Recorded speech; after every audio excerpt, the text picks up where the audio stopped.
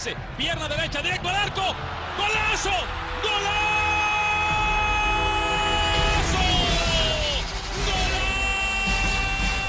The world of football with a soccer perspective. This is Soccer Today with Duane, Rollins and Kevin Laramee, live on the Sports Podcasting Network.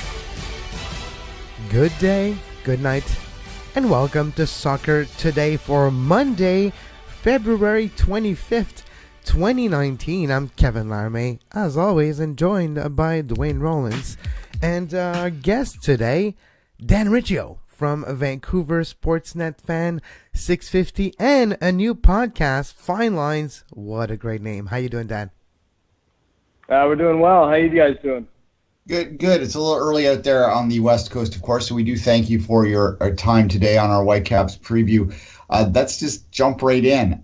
So much turnover with the Whitecaps in this offseason. Obviously, something was wrong at the end of last year. So let's start with last year real quick. That closing press conference, you've been around. Have you ever seen anything as crazy as that?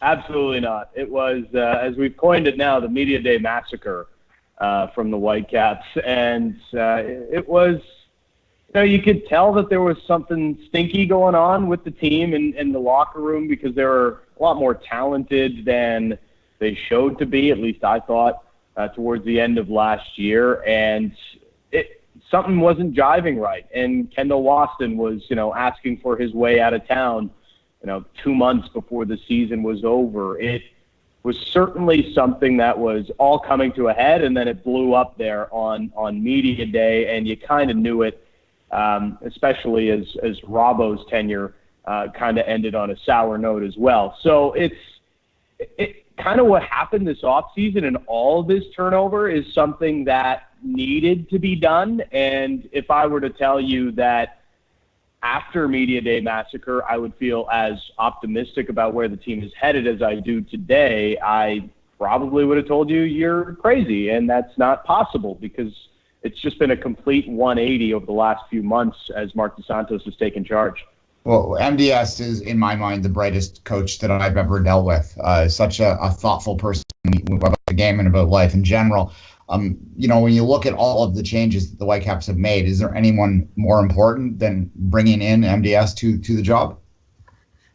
I think the one that is most exciting, and I think it's, for me, maybe the most exciting transfer of the MLS offseason as I've researched a little bit more and talked to some people, but the Korean international that they brought in, Hwang Baum, to play in their midfield. He's a playmaker. He's got some dribbling skills. He's going to be a guy they count on to create a lot of chances for Freddie Montero as he comes to a return.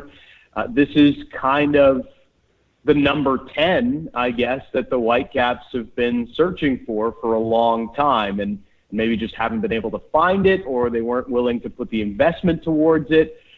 They've done that with Hwang Baum up to, I think, $1.8 million for the transfer fee. And, beating out teams, as we've heard rumored, in Germany to acquire his services. And this is a player who just at the Asian Cup was named to the starting 11 team of the tournament. He's considered, from the people I've talked to, as a sneaky, generational player. Of course, not Sung-Hyun Min, but he's close to that in their midfield. He means a lot to that country, and it's one of the best Asian countries on the planet. So in terms of soccer level. So Hwang Baum is, for me, the most exciting and the most important for this team to reach a high ceiling.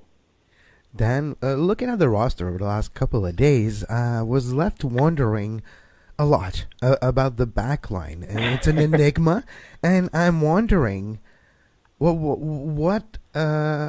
will this back line affect the result of a Mark Dos Santos team in Major League Soccer? The midfield and the forward position are you can imagine and see success coming out of it. But the back line, there's a lot of questions.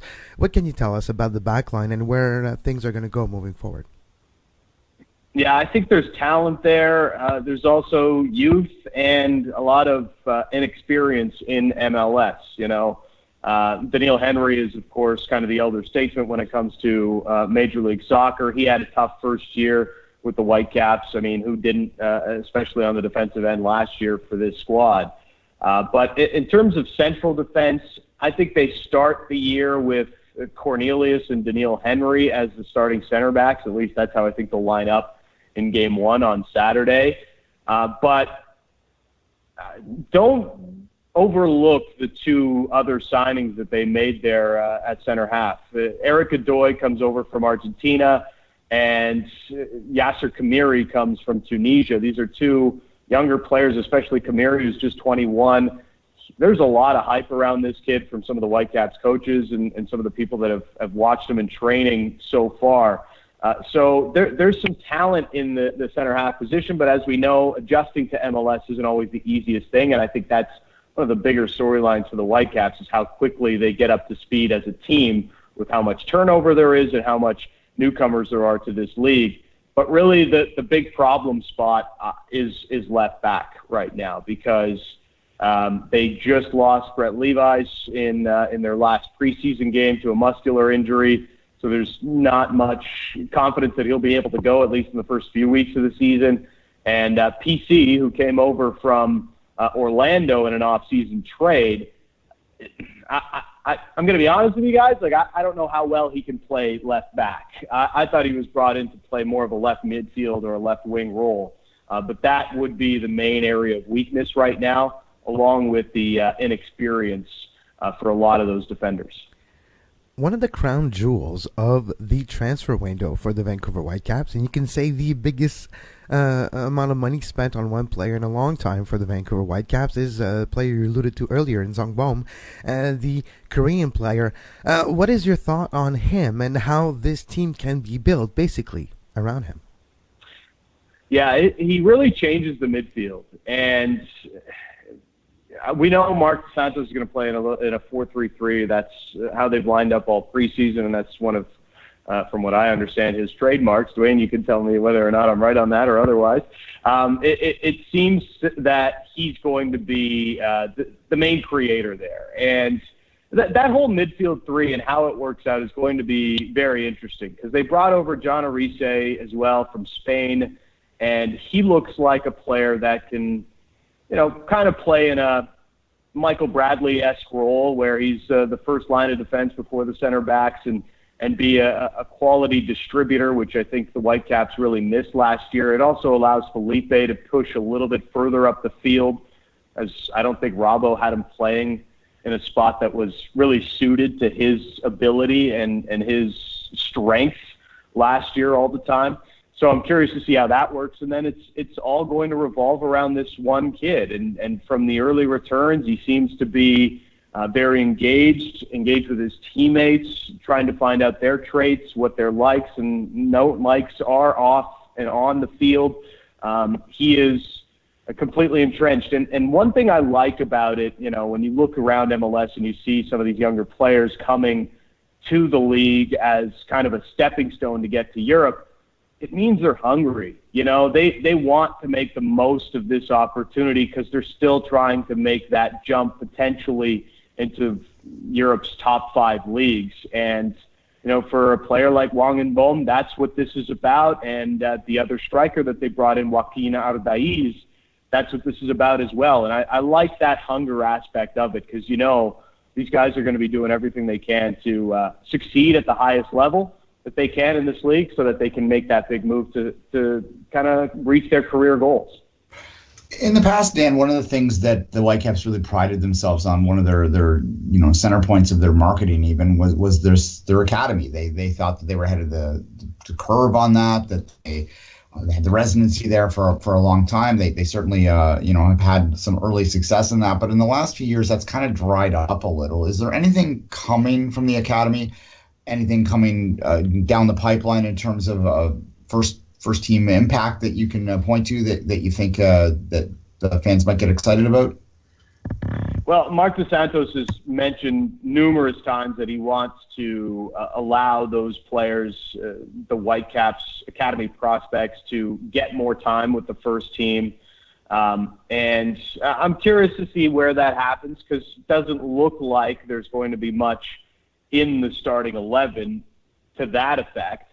But there's a few names that are in the squad for the start of the year. Theo Baer is a forward.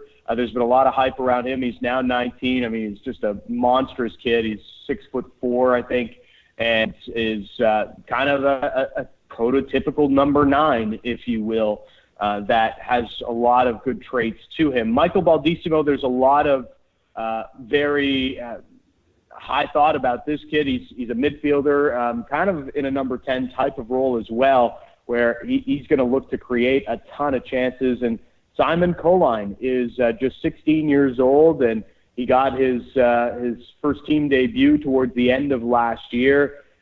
This kid, maybe not as much hype, not nearly as much hype as Alphonso Davies, with all due respect, but kind of in that same line. Like, he's thought of very, very highly, and we'll see where that goes over the next couple of years. But I think he is the one, Simon Colline, that everybody should be looking for, a midfielder with a ton of talent.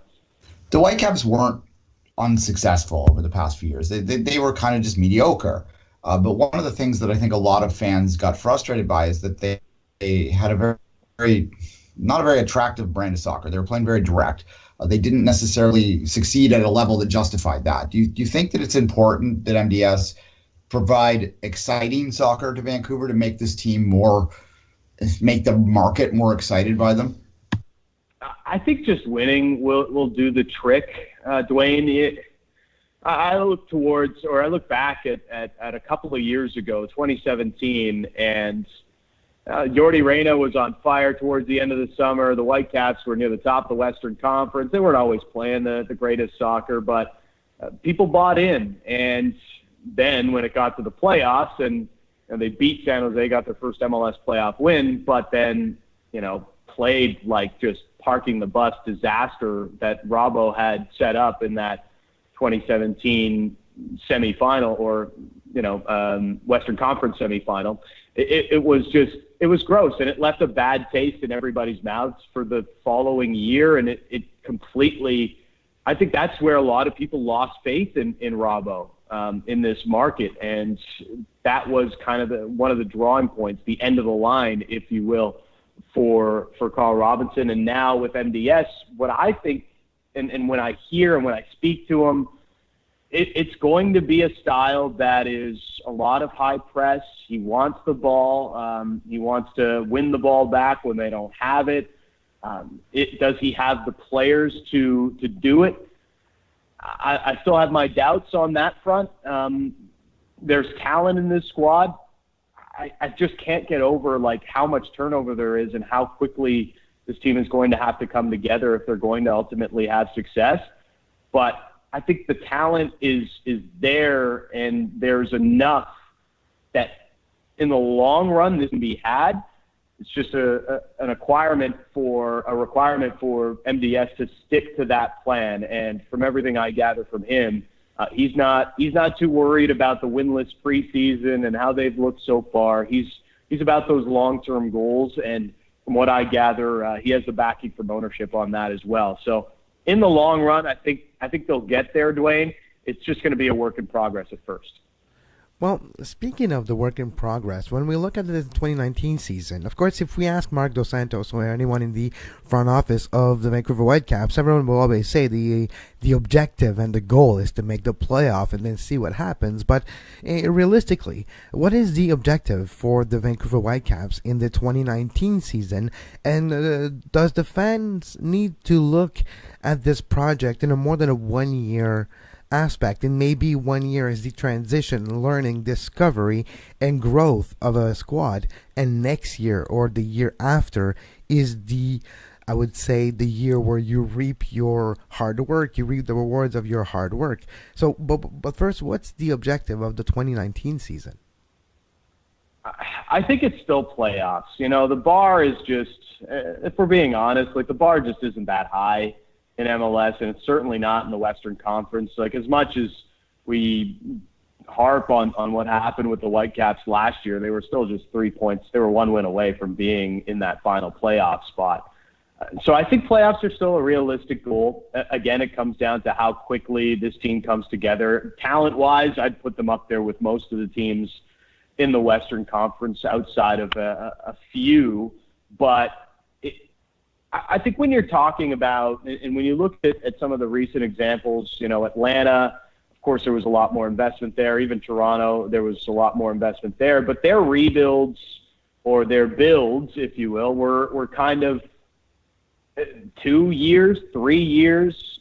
Like for TFC, I look at when they brought in Sebastian Giovinco, they tore some things down after Jermaine Defoe fiasco happened.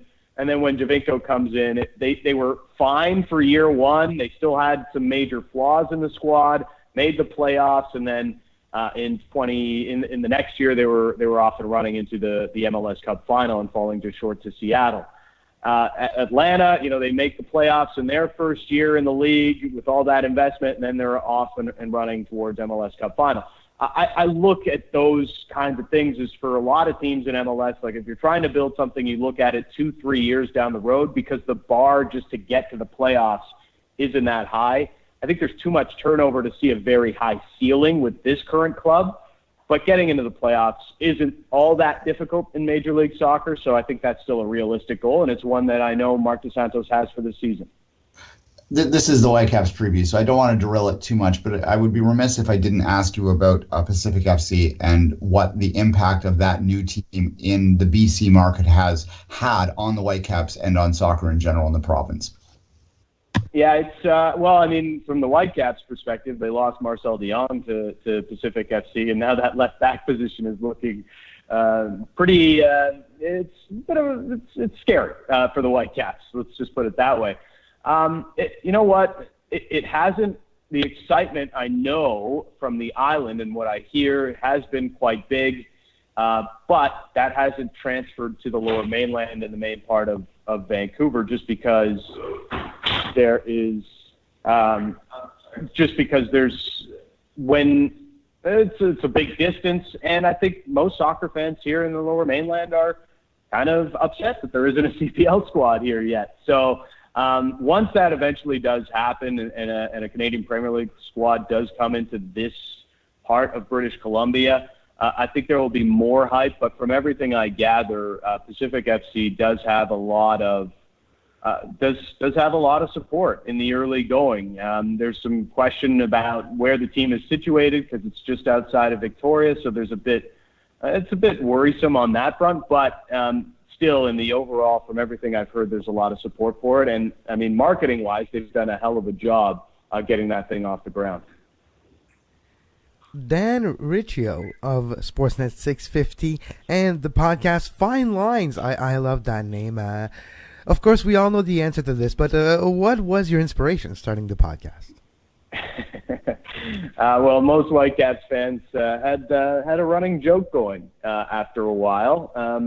Carl Robinson's famous line after games, especially losses, fine lines. The game is about fine lines. So when we were thinking up a name for the podcast, it just seemed like a perfect fit because it's not only it is a soccer term that many managers use, but it was a Robboism to the core for him. And I've even heard on a few fronts that he was trying desperately to avoid it towards the end of his tenure last year. But really, the tipping point was when they lost 6-0 to Sporting Kansas City last season, and he somehow found a way to use the term fine lines after a 6-0 loss. I think that was kind of the nail in the coffin that for Whitecaps fans after hearing that again. Oh yeah, that was something else. It's always an adventure, Major League Soccer, and I have to say it's always a pleasure. Dan, thank you very much for your time today. All the best to you in Vancouver, and hopefully all the best with your new projects. Yeah, thank you guys. Appreciate it. And we'll take a small break and come back and talk about the League Cup final. I guess we have to. You are listening to Soccer Today. Follow us on Twitter at SoccerTodaySPN and like our Facebook page, facebook.com/Sports Podcasting Network. You can find the podcast version of all the shows we do on iTunes, Apple Podcast, Google Play Store, TuneIn Radio, iHeartRadio, and anywhere you get your podcast.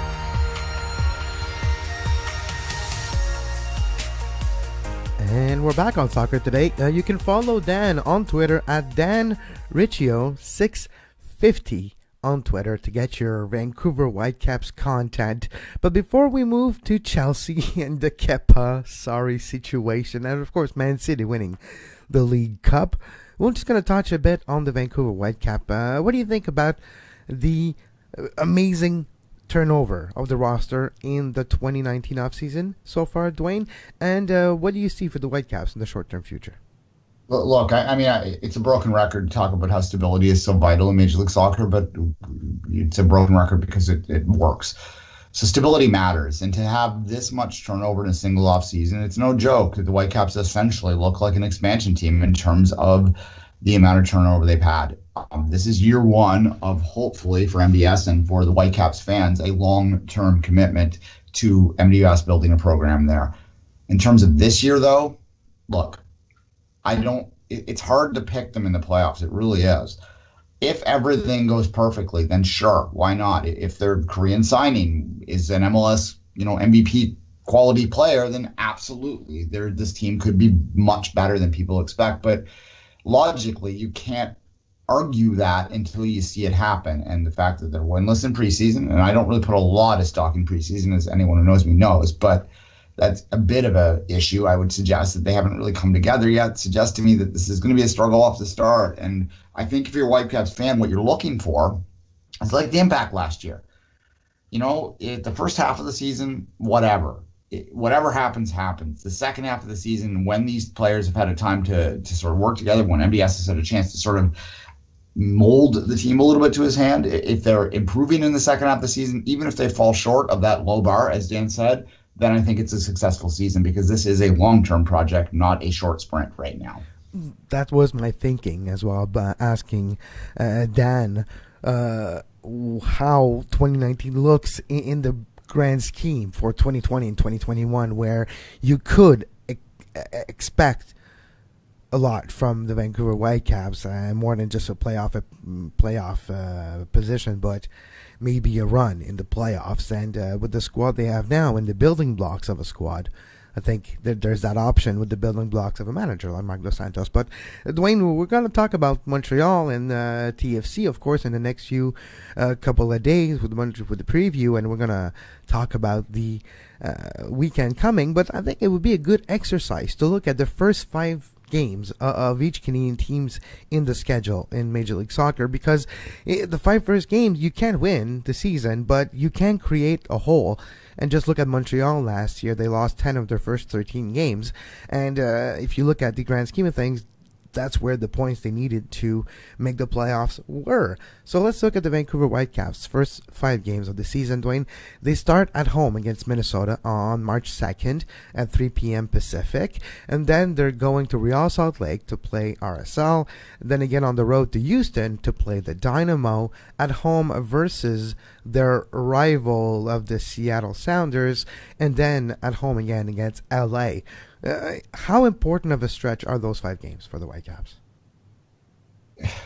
It's obviously, if you want to look at it in the short term, it's important. As you say, you can't win MLS Cup in the first 5 games, but you can basically put yourself in a hole that you can't dig yourself out of. And that's especially the case in Major League Soccer. If you're 0 for 5, famously, Montreal fans will enjoy being reminded of Toronto's 0-9 start that one season. It didn't matter what they did the rest of the season after that. The season was done on May 1st, and it kills the entire momentum behind everything at that point, right? So it's important in that way. But I think that, as I said a minute ago, the real importance to the Whitecaps is just building some continuity that they can build into 2020. And it's going to be hard for a Whitecaps fan to hear. I mean, unless you catch complete lightning in a bottle this year, you're not winning MLS Cup. So you might as well just build forward. So I would say that, if you're worried about the playoffs, then yeah, those first 5 games are important to get a good start. You should, hope that you start the new era off right with a win over, a Minnesota team that, although better, is still Minnesota. You'd want that win there, and after that, you just sort of build on it. It's about how they finish, not how they start. That's my overriding message towards the Whitecaps this year. I guess it's time now. Let's move to yesterday. League Cup final, Wembley, Chelsea, Man City. It's 0-0. It's going to to extra time, and 30 minutes into extra time. People thought that Kepa was injured apparently, but he thought he was okay. But his name comes up on the board. He's asked to be subbed off. And a crazy thing happened, Duane. The player didn't want to be subbed off. No. Throwing a fit that was equivalent to a 5-year-old child dropping his ice cream on a hot summer day and not having refreshment down his throat. But Kepa losing his mind, gesturing, waving, having I would say, a moment on the pitch, saying, "No, I'm staying." Sorry, losing his mind on the sideline, saying, "What are you doing, buddy? Get out of there." Oh, and Willie. Oh, poor Willie. Willie Caballero next to Sorry, just like, what, but, sir. What a shit show. Yeah. Look, I don't. It was one of the. For the record, the player is claiming today that he didn't understand what was happening, which is a little absurd. What, are you new? I guess people don't get subbed out a lot, but is it your first day? You're new at this thing? Oh no, the club paid £70 million for you. Oh Jesus! Look, I mean, I don't know how you survive this as the manager, honestly, and that's not an original narrative. 11:30. If your player's refusing to walk off the pitch, then clearly you don't have control of the room. I mean, we often say that, it's cliche, right? That's not. It's true. Like, come on. Wait, it's 11:30. We'll just check in case it happened. But I'm actually surprised he made it this far. I was singing all night long on the tune to Guantanamera. Sacked in the morning. He's getting sacked in the morning. Well, I guess morning has come and gone, and he's not sacked, but he will be. And Kepa is going to have some ramifications there. I don't know what do. You fire everyone? Just like, well, okay. One of them's got to go. I mean, honestly, yeah, like if they believe that, and Chelsea has been fairly criticized for being too quick on the trigger when it comes to firing managers, and I think that's a fair criticism of the club. But so if they want to change that and they want to keep him, then they need to get rid of the keeper. They need to sell him. They need to sit him down and whatever. And the window's closed. Let Willie play the rest of the season. I mean, whatever. Willie's capable-ish. Yeah. And it would have been. Well, Chelsea's not like. Let's face it. They're not going to come back. I don't know if they can come back from this.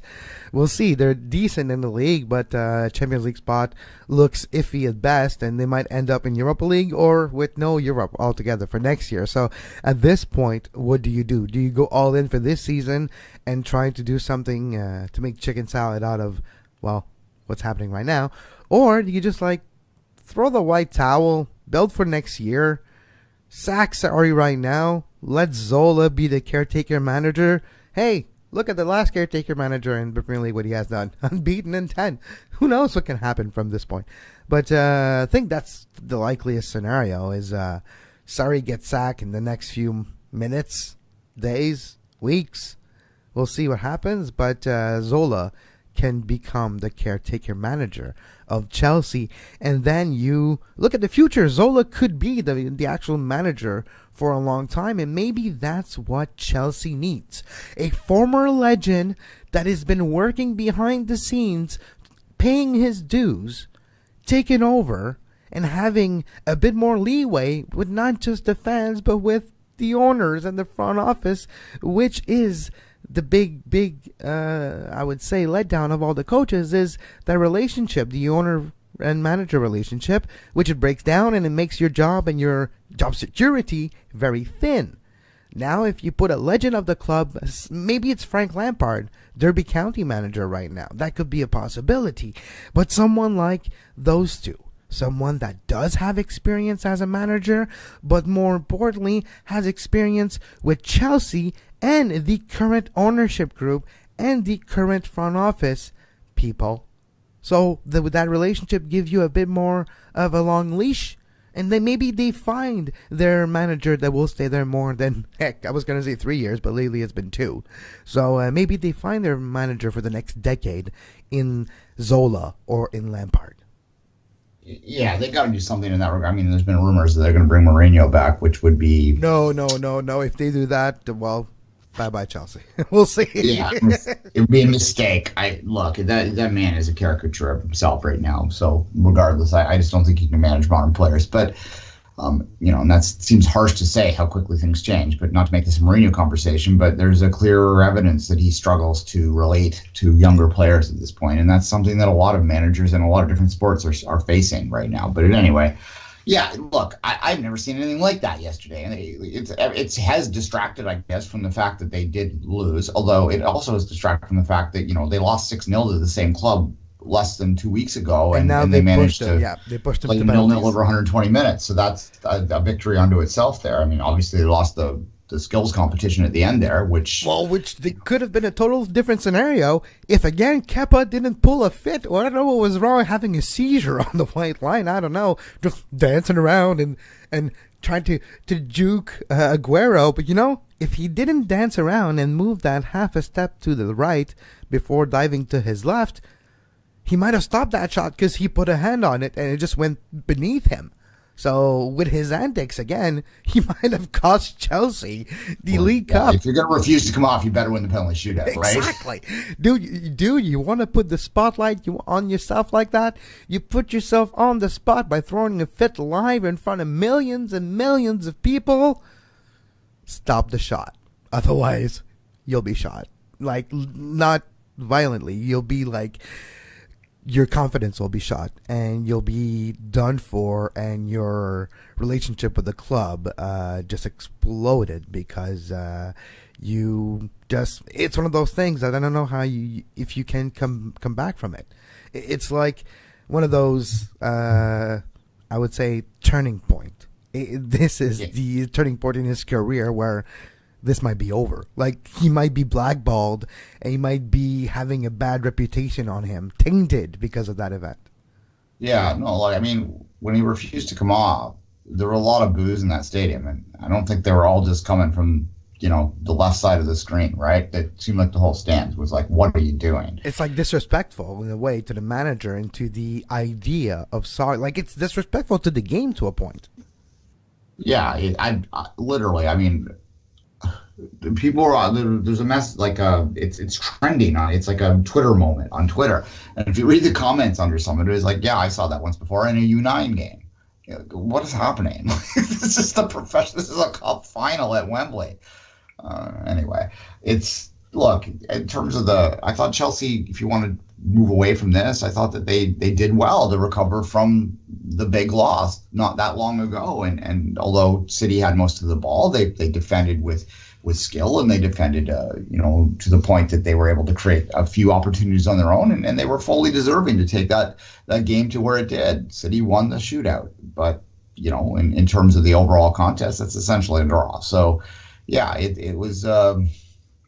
no one's talking about that, though. No one really cares. City won a trophy, yawn, right?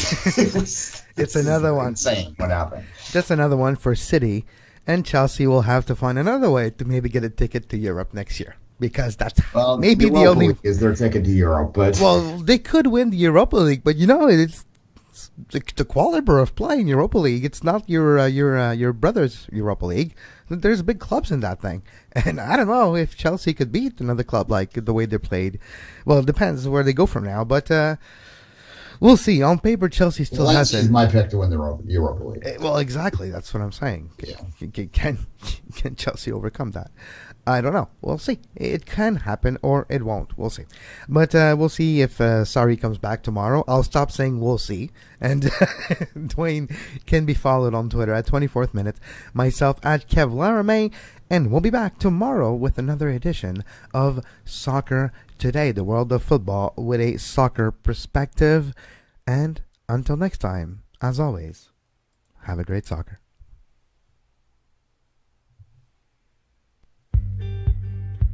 You can find the podcast version of all the shows we do on iTunes, Apple Podcast, Google Play Store, TuneIn Radio, iHeartRadio, and anywhere you get your podcast.